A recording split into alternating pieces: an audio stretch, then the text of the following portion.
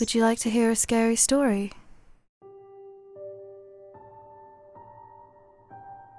Christina cautiously stuck her head around the corner. She'd been curious ever since her mother had mentioned a surprise for her and her sister. How disappointed she was when she discovered what it was. This is the surprise. A stupid painting of some brat. Doesn't she know how poor we are? I'm already sharing a bed, and yet she still wastes money on. Christina was about to curse her mother further before her babysitter, Isabella, began calling her for dinner. She glared at the painting as she trudged dismally away. Christina and her sister Ness were playing outside, enjoying the summer sun, until Ness tripped and cut herself. Their babysitter, Isabella, obviously didn't believe that, and sent Christina to her room. She always takes her side. No one ever believes me. Hey, Christina.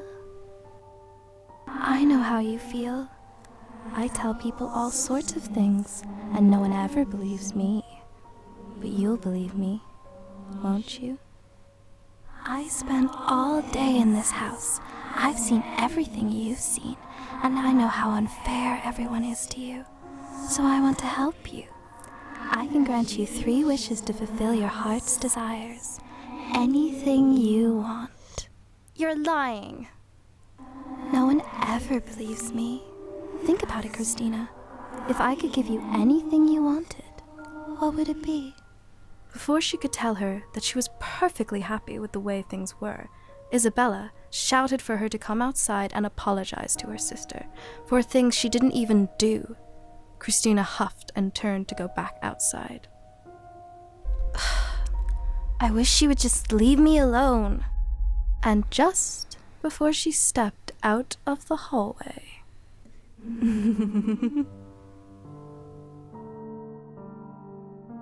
Days went by, and Christina didn't think anything of the incident, nor did the painting show any signs of talking or granting wishes, until one day, a police officer came to the house looking for Isabella. They had gotten word that her migration papers were not legitimate, and that she was to be deported immediately. Ness was heartbroken, as was her mother. Christina felt too frightened to feel sad. With Isabella gone, there was no one to take care of the girls during the day, except their mother. She had to leave work until she could find a replacement, but with no money coming in, things were becoming tense in the house.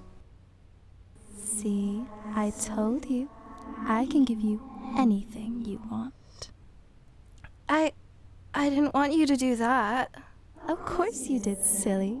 You wanted her to leave you alone, and now you'll never see her again. But now my mom has to take care of us all the time. And if she doesn't go back to work soon, we won't have any money. We'll have to move. Perhaps. Unless there's something you can do. I wish we were rich.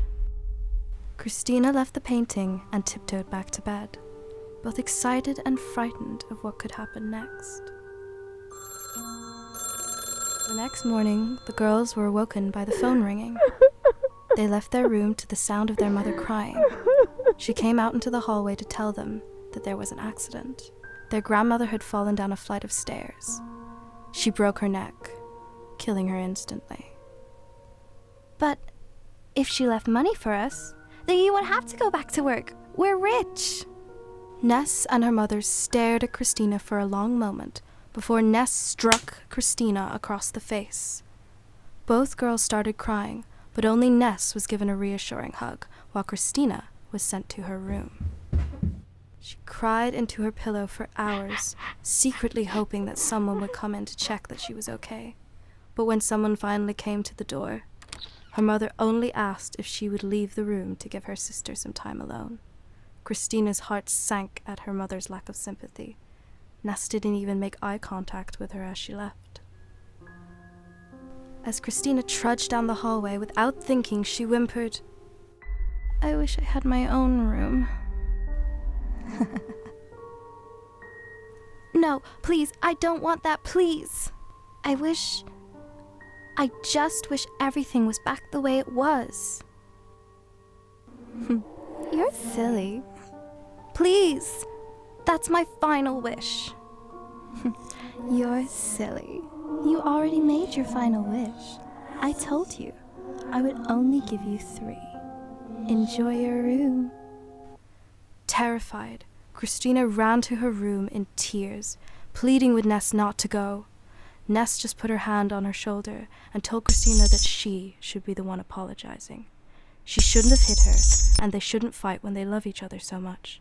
Overjoyed, Christina wrapped her hands around her neck.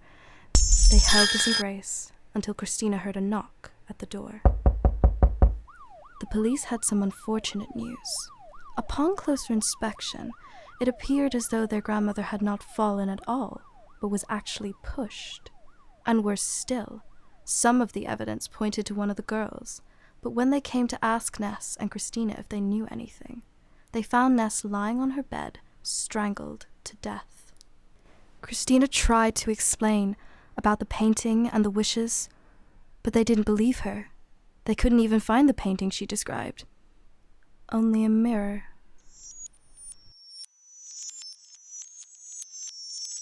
It made me sad when I heard about this story. I've told other people, but they say I'm lying about some things. That Christina was always bad from the start, and that I made up the bit about the painting. But there was a painting. She wasn't always bad. No one ever believes me.